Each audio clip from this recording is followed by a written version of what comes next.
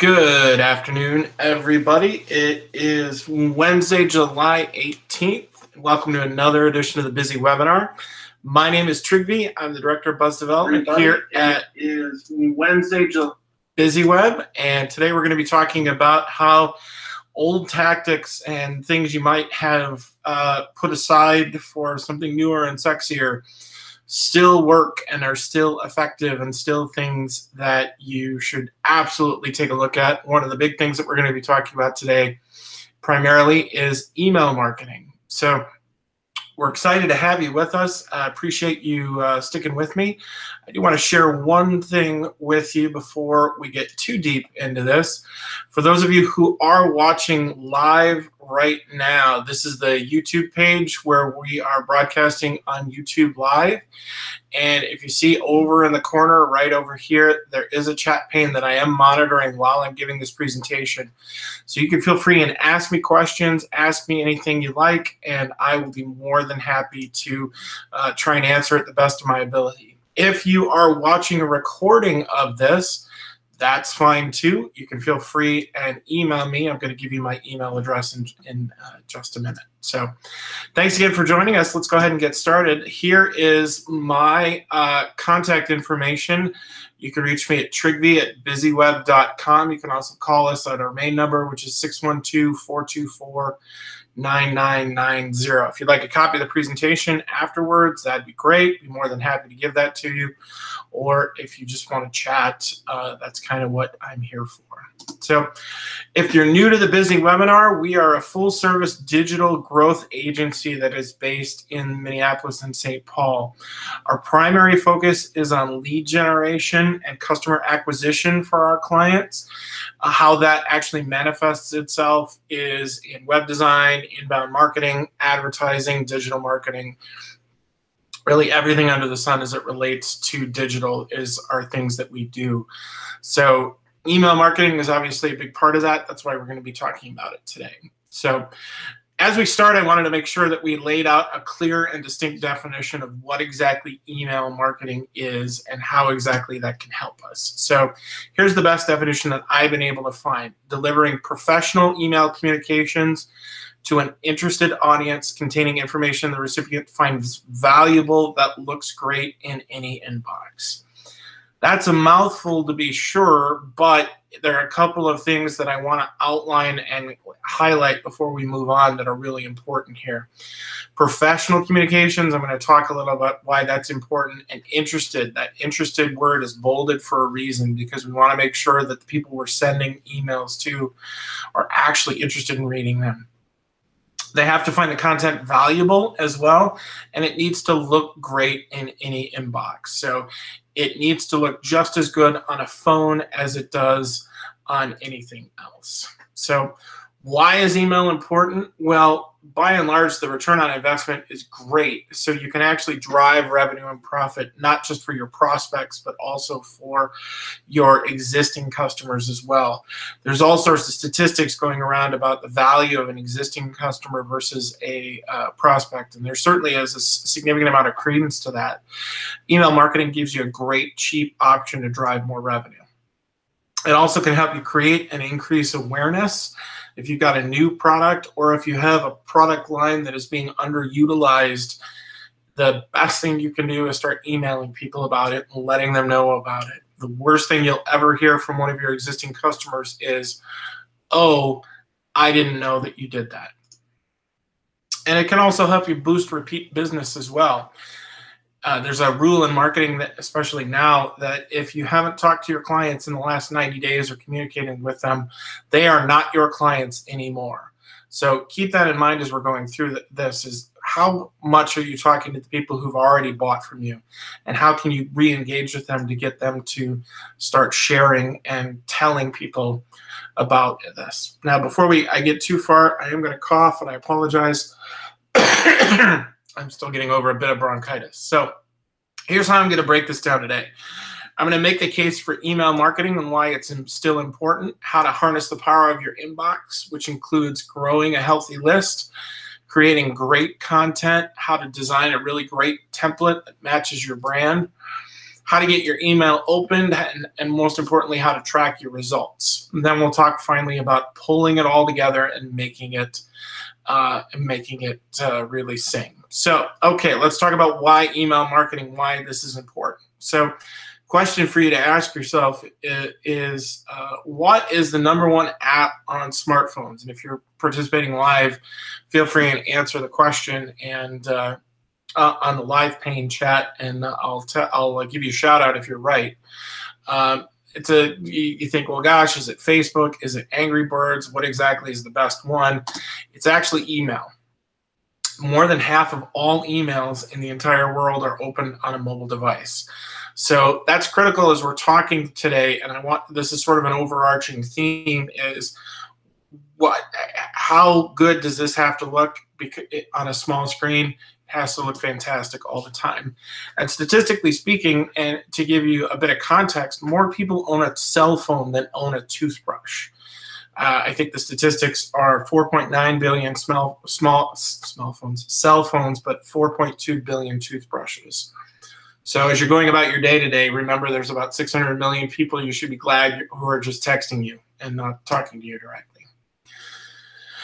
Why email? Well, it's because people read it. 91% of all people check their email daily, and almost that entire grouping also checks emails on their smartphones. Statistically speaking, we look at our cell phones almost 150 times a day, 200 times a day if you're playing Angry Birds like I am. But we want to go where they are. And so when people are looking at their emails, everybody universally is going to be looking at their emails on their cell phone. So that's the great place that we can be providing our message to. It's also reliable. 90% of the time, email gets delivered. And statistically speaking, your Facebook followers, which is another really great social platform, will only reach about 2% of your fans consistently. So as we're looking to try and get the most for our dollar and the most, not only the most revenue, but really the most impact, email is really the way to go. And it also works everywhere and anywhere at the same time. If you are on a phone, great. If you're on a cell phone, on a PC, great. It's always there, and it has a tremendous amount of ROI, which is a key marketing phrase, meaning return on investment. It's got about 3 times the conversion rate as social media, and for about every $1 you spend on email marketing, if you do it well and do it right, you're going to get about $45 back. That's a huge number. That's a huge return on investment.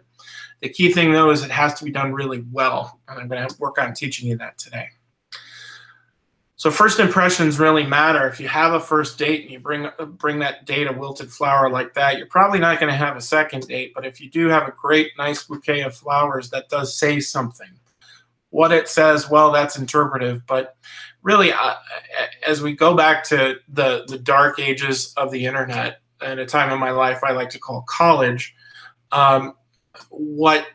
the email on the left is really what was really amazing back in the 90s and even the early 2000s, where you've got this tremendous ability to send a message to hundreds and hundreds of people, and you put 300 people in the to field, and isn't that great? And you send it out, and oh my gosh, that's wonderful. But what ends up happening invariably is somebody commits the cardinal sin of email marketing, which is you give them the opportunity to click the reply all button. And they now send 300 emails back to people that were your prospects, telling you how excited they are to see you this Friday night, and you're done. In addition to that, you don't really know how many people opened it, how many people read it, how many people took the action you want to take. And most important for me, if you look at the email on the left, nobody in their right mind wakes up in the morning and says, gosh, I'd really like to read a 5-paragraph email today. I really hope I get that email today. Let's see if I get it. Lastly, I want to ask you, as you're looking at the email on the left, what do they want you to do? What are they asking of you? You don't really know until you read the whole thing. So that's what, again, the dark ages of the internet, again, a time in my life I like to refer to as college. However, on the right is newer. this is what email marketing looks like today. You clearly know what they're asking us to do. They're asking us to click on the big orange button at the bottom. We're able to see the logo. We're able to see the branding colors. We're able to see one or two things that are on sale or featured products, and that's it. It's a much simpler email than the one on the left. However, it's significantly more effective. Before I move on, I did want to give a shout out to Steve Bob in Illinois. Steve, you're right. Email is the #1 download used app on a smartphone. So this is what I just talked about a little, why regular email doesn't work. There's limit, and here's what the nuts and bolts are. A limited sending. You can only send to so many people. There's no formatting control. You have no idea how the message is going to be presented. There's really no cohesive branding, and there's no tracking or reporting. And there's even been some laws passed that says that you can't send spam emails. So today, what this looks like, and I use Constant Contact as my primary example here, but you can really use any email service provider. You can get really great templates. You can reinforce your brand identity. It does obey the law, and you actually get to track your results. So how on earth do we do that? Well, let's get into harnessing the power of the email box. Again, if you are participating live right now and you can hear me trying to be funny, you can feel free and go to the YouTube live page where this is being broadcast. I'll be more than happy to answer or comment on any comments that you make. So how do we grow a healthy list? Well, it's all about how and where you ask. So statistically speaking, 6 out of 10 times, if you actually ask somebody for your email, their email address, they will say yes. So if that's true, then all we really need to work on is about the other 4 out of 10 times. But how you ask is really important. So you want to make sure that you get express consent. If I tell you what my email is, what are you going to do with it? And can I use it to market the business? Make sure that you're honest and straightforward about how you're going to be using it, because again, the goal of this is to start improving and engaging a relationship. So if you're using it for nefarious purposes, I am absolutely not going to be buying from you. Next, make sure that you offer an opt-out. What an opt-out is, it's a way to unsubscribe from the emails that I'm getting without actually having to talk to anybody. Make sure that you respect people's privacy. You don't want to have it visible that you're offering emails to hundreds and hundreds of people. And make sure that you're legally compliant. And we'll talk about the Canned Spam Act in a little bit. Where do you ask for people's emails? Well, simply put, you just ask for it everywhere that you possibly can. If you are in on a website, absolutely ask for it there. If you are on if you are having a special event, do it there. If you have a QR code, use that. Put it up on a sidewalk sign if you have a retail store. Put it on an unchecked box on an email form. Also, in a fishbowl, put in your business card to join our email list. And then finally, there are a couple of other ones that I don't really list here. One of the great things to do is to have it as part of your email signature file. That's something that everybody sort of misses, is that if you're sending people emails, ask them to join your marketing list as well. Also, the other pro tip that I can give you is anytime that you're creating and sending a promotional email, make sure you add a link to join the list. Because even though the person you're sending it to is already on your list, what you're encouraging them to do is to email it to other people and share with their friends of friends. And those friends of friends, you want to have the opportunity to come back and join your list.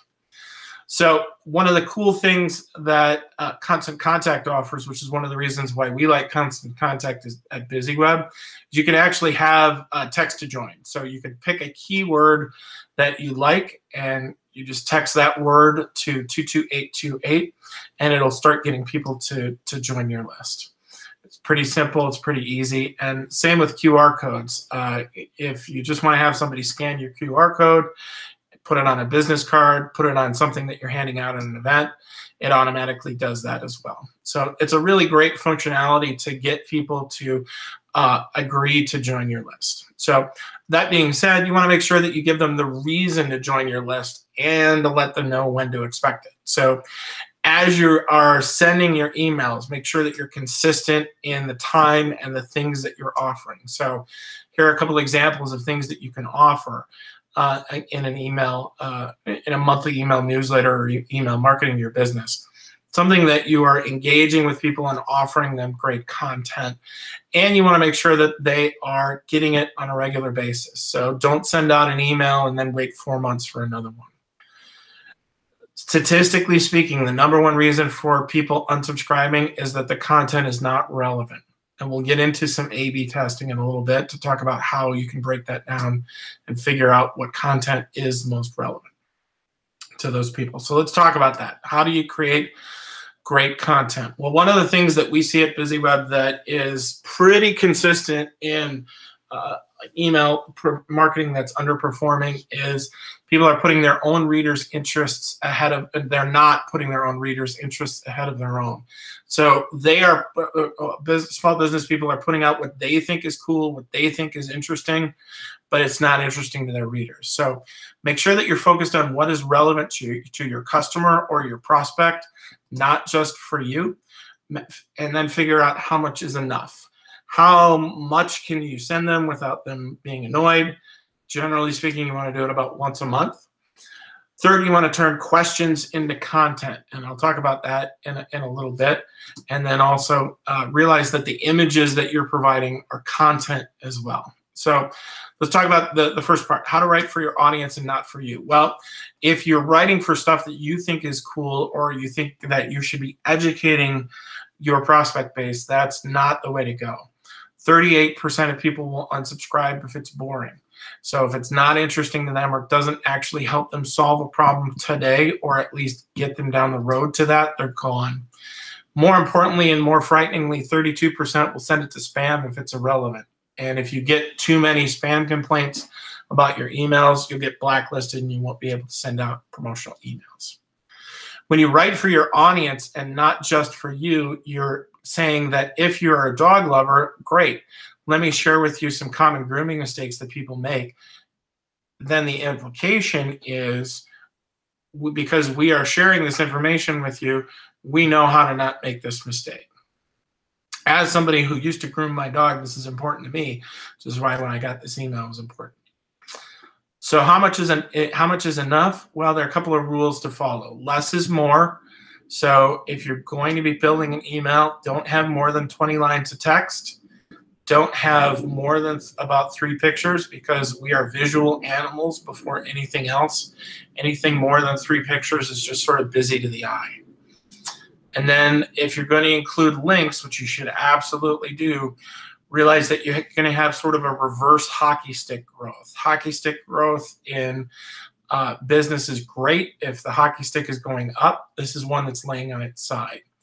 And the key thing to look at here is the more clicks you add to an email, the less people actually click on it. So ask of your audience 1 or 2 things, have them do 1 or 2 things, and that's it. If you're asking people to think of or deal with more than 3 things, you're going to have a significant decline in your rate of return.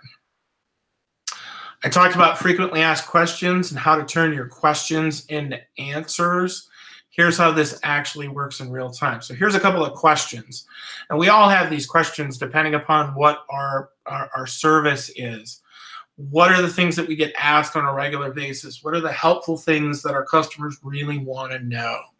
I'm working with a senior care facility here in Minneapolis-St. Paul, and one of their frequently asked questions is our location pet friendly? Can I bring my dog when I go see grandma? So those kind of questions that everybody gets on a regular basis. And I have some examples here. How do I ensure my pipes won't burst this winter? It's really important for me in Minneapolis. If you're Florida, maybe not so much. How can I deduct the mileage I drive for volunteering? Or how do I get more people to attend my events? these questions that you get asked on a regular basis, remember that when we are dealing with people in the abstract and as they're looking at our digital footprint, they're still going to want to have answers to those questions, but they're not going to be looking to buy from us in an affirmative way. They are going to be looking for reasons to not buy from them and from you. So if people have to think about these questions, if they don't have the answers readily available, they're just going to be gone. So how do we turn questions into answers and content? It looks like this. How do I ensure my pipes won't burst this winter? That gets turned into a blog post about 5 ways to protect your pipes this winter. Then you turn that blog post into an email that you send out to your existing customer base. Similarly, top 3 mileage deduction questions. Simply put it out there. You can even turn that into 3 different emails that you're sending out. So that's a great way to start answering the question of, oh my goodness, what do I actually do? How actually do I do this? Remember, though, images are content too. So we are, again, I said earlier, we're visual animals before anything else. If I look at chocolate, I'm going to look at chocolate and think, man, I want to eat that chocolate, not think about whether or not that chocolate's readily available. I tell my wife all the time, a bear does not question how a picnic basket got there. The bear just says, ooh, picnic basket. And that certainly holds true for me. So remember that most information processed by the brain is visual first. So make sure that your images are actually interesting. So when you're working with photos, there's a lot of things you could go wrong and a lot of things that could go sideways for you. So here are a couple of things that are really important. Number 1, choose the right size. The most important thing when you're buying images or dealing with images is making sure that you have the correct DPI. DPI stands for dots per inch. If you're dealing with images on the internet, you should have a DPI of about 72. If you're doing a DPI for print, it needs to be 300 or above. Next, make sure that you avoid copyright issues. If you ever use Google Images, realize that that is not a free image library for you. You need to make sure that you have rights to use those photos and that you give credit where credit is due. How do you avoid having an issue like that? Well, you can do 2 things. Number 1, you can either use your own photos, or you can find stock images, and you can do that in a lot of different places. One of the places that I like is called Big Stock. That images are fairly cheap and reasonable.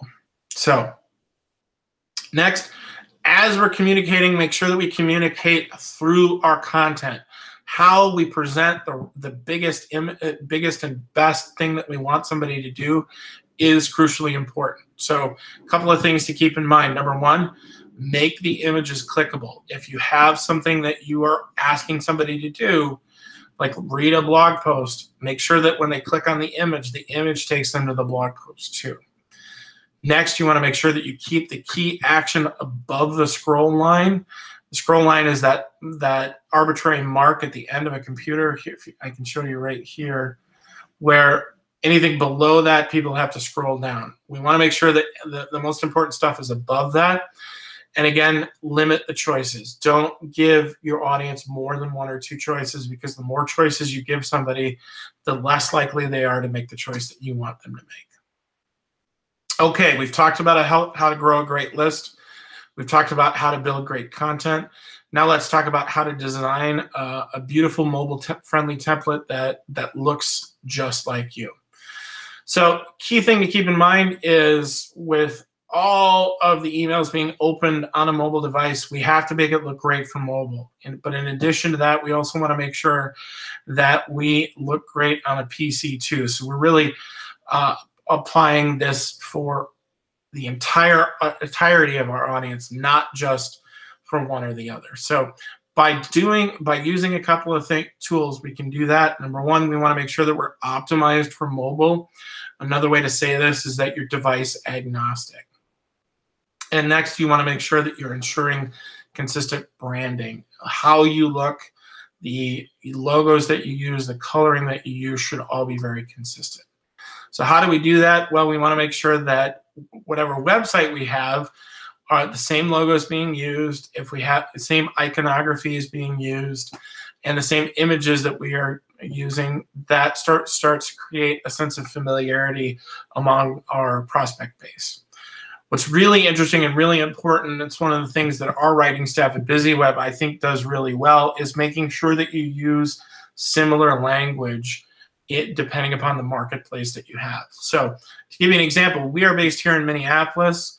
We have clients all over the country. And so if you're talking about something as simple as soda, if you are on the East Coast, it's referred to as soda. If you're in Atlanta, it's referred to as Coke. If you're in Texas, it's called Dr. Pepper. And if you're in the Midwest where we are, it's called Pop. So depending upon where your audience is, little idiosyncratic language choices make all the difference. So if you're hiring an agency, make sure that they give credence to the idea of talking and using the actual similar language that it would come directly from you. So what kind of things can you send? Well, there are a couple of different examples. Newsletters are great. Those give you the opportunity to inform and educate, but again, what the goal there is to engage people and let them know that you're available for people who have a specific problem. You can also send announcements. If something new has happened and interesting has happened, make sure that you share that with your customer and prospect base. And also promotions. This is great for providing exclusive content or giving people a small little nugget in order to sign up to get their email address. I bought a new pair of shoes last week, and I signed up for Famous Footwear's email list because I got a $5 coupon. Could I afford the $5? Sure, but you can have my email if I get $5 off. So there's a simple recipe for success when you're building your template. When I say build a template, that doesn't mean that you have to learn HTML.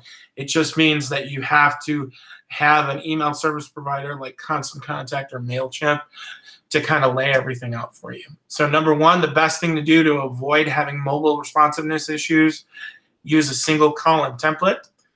Next, make sure that you have fewer than 3 images. You can see on the email I provided here, there's only 1 image. There's fewer than 20 lines of text.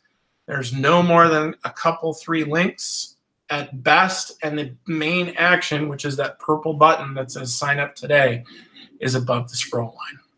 It's pretty simple to talk about. It's not that hard to do. It does take a little bit of time to do it though. So now let's talk about how do we actually get our email opened? How do we get people to actually take the thing and do the thing? So excuse me, there are 4 basic reasons why people will open or pay attention to an email. They know who it's from, it's interesting to them right now because the timing is right, and it's easy to share and do something with. So if you can do all of these 4 things at once, you're going to have a really great successful campaign. So who sent it? How do people know you best? I have, in my job at BizzyWeb, I meet people all the time. I interact with people all the time. I've never once met anybody named info. So if you get sending out emails from info@, you need to stop that right away. Make sure that your from name and the from email are instantly recognizable. Make a human connection to start. There's no reason to generalize a marketing document. And make sure that it's consistent across all. Notice that email is considered a social channel because you are communicating and engaging with people just like you're doing on Facebook or Twitter. So when people are looking to open it, remember that 1/3 of all people are going to be opening an email based exclusively on the subject line. If the subject line doesn't answer the question, do I need to do it now, later, or never? If it's not now, people aren't going to open it. So how do you write a really great subject line? Identify your purpose, let them know what you're offering, be clear and be clever and be a little irreverent and be succinct. So here's an example from the Half Moon Yoga Studio, and it says acro yoga at 11,000 feet. Are you in? Well, I read that and I say, well, sure. I don't know what it is, but it sure sounds cool and I love a challenge, so let's do it. So again, 5-6 words is it. acro yoga at 11,000 feet, you in, and boom, you've got some interest. So when you're doing email subject lines, realize that size matters. You want to keep it as short as possible. No more than about 30 to 40 characters, no more than 6 to 10 words. Really, the first 4 words are the most important, and you want to make sure that those 4 words aren't getting cut off. So, well, let me say this. If the first 4 words of your email subject line can't make a funny thing onto itself. So you want to make sure that if those people who are opening it on a mobile device don't get a different subject line than you intended. And you can also control the pre-header text. This is especially valuable if you're in a B2B world where what this means is, and I can show you an example in just a minute, most IT providers on the corporate level will block images unless you ask them to be shown. So you get that tiny little red X in the upper left-hand corner. If you get something like that, there's no reason why you can't write some pre-header text in there, a short description of what somebody's going to get before they open the email. So here's an example of it, again, back at the Half Moon Yoga Studio, where it says, aspire to higher ground, join us at this monumental experience, details below. So it's a quick little snippet to get people to actually say, yes, I accept the images, and yes, that I actually want to read that. With Constant Contact, that's pretty easy to do. It's just added right in. So the challenge really comes in when you start figuring out what words you want to use. You want to choose your words carefully. I've got a lot of words on screen right now that are laying out a lot of different things. And a lot of these are sort of red flag words for spam. You don't want to use any of these in conjunction with any of the others. You want to make sure that you're not using all caps unless you're on a Spanish language soap opera. You should never have more than one exclamation point.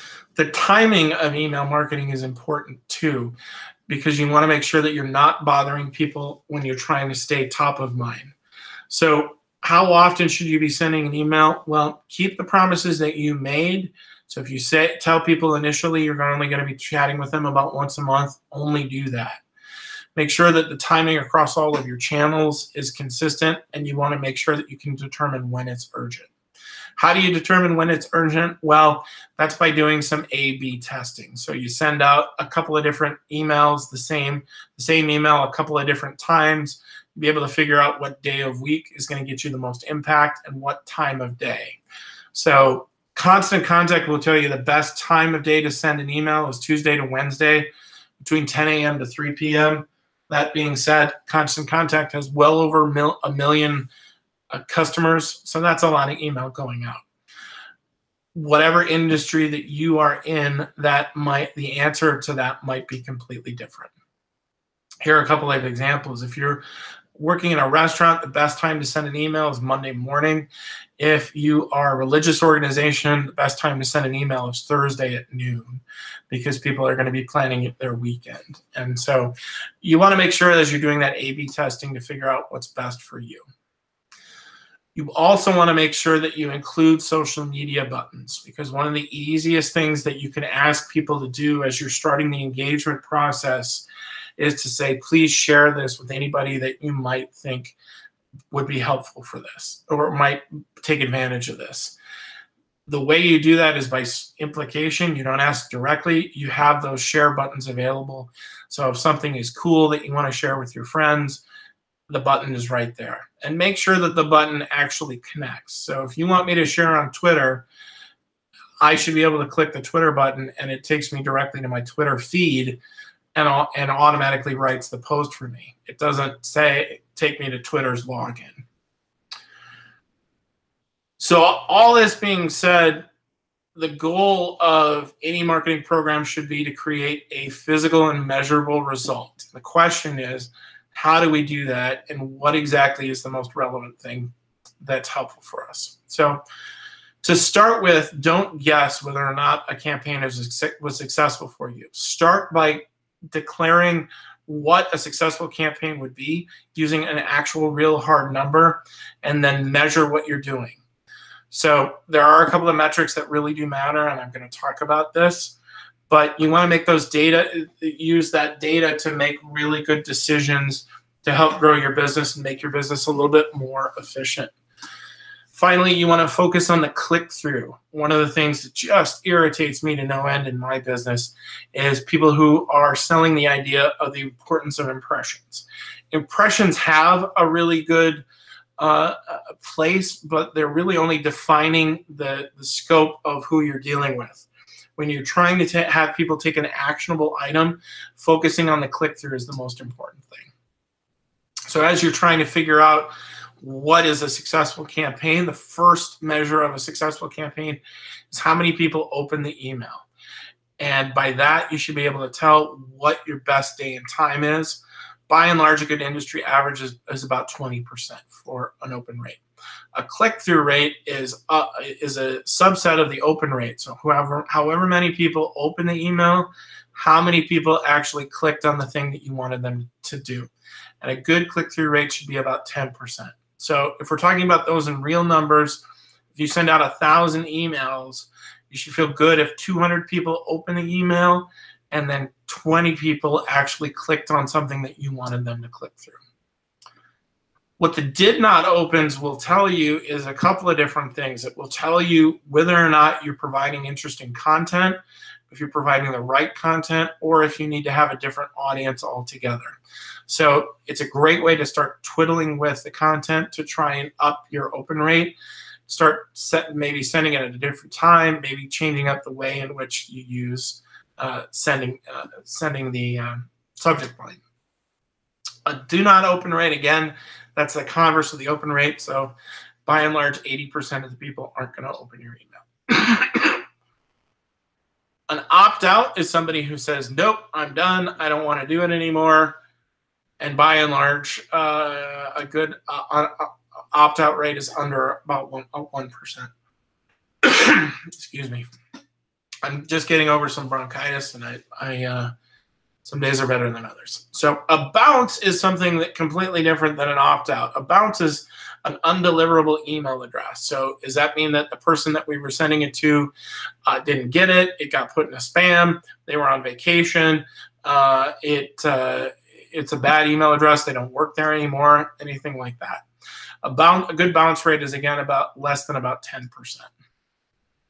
Now, all this being said, having this information will help you make better decisions on how to change and further make your program more efficient. So if you have low metrics and low numbers, that means a couple of different things. A low open rate might mean that they don't know who it's from. The subject line isn't very interesting. Again, to give you an example, if you have a subject line of newsletter March, nobody's going to open that and read that. Or it's just coming at the wrong time. So you want to tweak the time that you're coming. I think I tried to say fiddle and tweak at the same time. If you have a low click-through rate, it means that you might have too many things that you're asking somebody, or the one thing that you're asking of them isn't as robust as you think it is. Maybe make the email a little bit shorter and maybe segment your list a little better. If you've got really great high metrics, that means that you have found the best time of day and that you've identified really good keywords that are resonating with people. So keep doing that. One of the tips that you might be able to take advantage of is actually segmenting out what a super fan is. And a super fan is somebody who's going to be opening your email all the time and going to be sharing your email all the time. Call those people off, create sort of a specialized list for them so that they're feeling even more special than they already do. Again, if you're getting high clicks, that means that you've presented a really great thing and you presented a really enticing call to action. Again, my best advice for you is to segment into super clickers. So when you spotlight on the click-through, what that actually does is it gives you the opportunity to make really good decisions. So here's an email that we had that had 21 unique clicks and about a 10% click-through rate, which is okay. But what we can actually do is break down and view who clicked on it, which is fantastic for your sales team or your sales efforts, because you know who are the people who are on your prospect list or your customer list that you really should be talking to and sharing with relatively soon. By targeting based on interest, you can actually tell, maybe even add them to a different list or add them to that super clicker list that we talked about. Okay, how do we pull this all together? We've gone through an ocean of statistics and I've shown you a lot of slides. How do we really bring this back into making this work? So here's what an ideal email looks like. There's a ton of different pieces in here, but let's break it down. The subject line is short. It's no more than about 35 characters, and this one only has 8 words. The business name is in the front line, so I know exactly who it's coming from. It's got some pre-header text, so even if I don't see the picture, I know what the email's about, and I pick up some wind speed and some yardage that way. The logo is clickable. It is the same as the call to action. It leads people to where I want them to go. The images are clear and concise, and they're clickable, and there's no more than 3 images in the entire email. Next, we don't have more than about 20 lines of text throughout this whole thing, and the clear call to action is above the scroll line. So anybody who's viewing our email at a glance is going to know exactly what we want them to do. We've minimized the number of links in this particular great email. There's only 1 link and 1 thing that we're asking somebody to do. And our brand colors are consistent. So how somebody sees us when they come into our store or how they experience us on our website is the same as how they experience us in the email. And finally, those social buttons that are there and a subscription button is there so that our friends of friends can start to become just friends of ours. As you're thinking about doing this and putting this together, I'm going to give you some tools in just a second. But as a sort of a Jerry Springer final thought, I want to share the idea that small business marketing is a couple of things. It's nurturing relationships, it's delivering on the promise that you're going to be making, and it's getting measurable results. Anybody who is in my business who you hire to do the kind of work that I do should clearly measure their results for you. They shouldn't just ask you, is this successful or not? You should be able to understand what success is and how you've gotten there. The great news is, though, that you have a great advantage over the big boys is because you have a great connection to your customer. The passion that you offer and the desire that you have to be in your small business is great to be put on full display. People will be excited by that, they'll be attracted to that, and they'll want to take part in working with you. So 3 simple things to get started. Number 1, get a contact list together. Number 2, create and send an email. Nobody's going to die if you send a bad email. Nobody's going to be offended if you send it. Well, they might be offended, but the consequences to a bad email are very, very slight. And 3rd, watch what happens. Figure out what was successful, what wasn't successful, and then make some decisions based on your data. How can you improve to grow in the future? But you really can do this. A lot of what we do is labor intensive. Email marketing is one of those things that people can do and on their own. That's very easy and very cheap to provide you with a really great result. Before I leave you today, I want to offer you a couple of really great resources. Number 1, if you are interested in taking part in some more Bizzy webinars, we've got them going on almost continuously. You go to BizzyWeb.com/events. You can sign up and to see what we've got, and we've got a nice calendar there. Next, if you want to get a free buzz report, which is an in-depth marketing analysis of your website, that takes about 2 minutes of time to do, go to BizzyWeb.com/buzz, and we'll be happy to offer you that as a free gift for taking part today.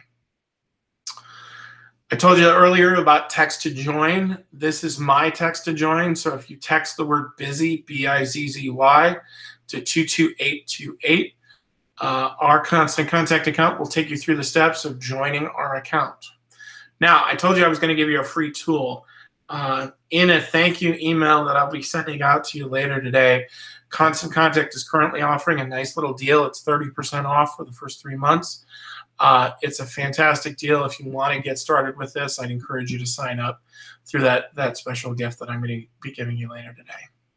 So thanks again for joining us. My name is Trygve. I'm the Director of New Business Development here at BizzyWeb.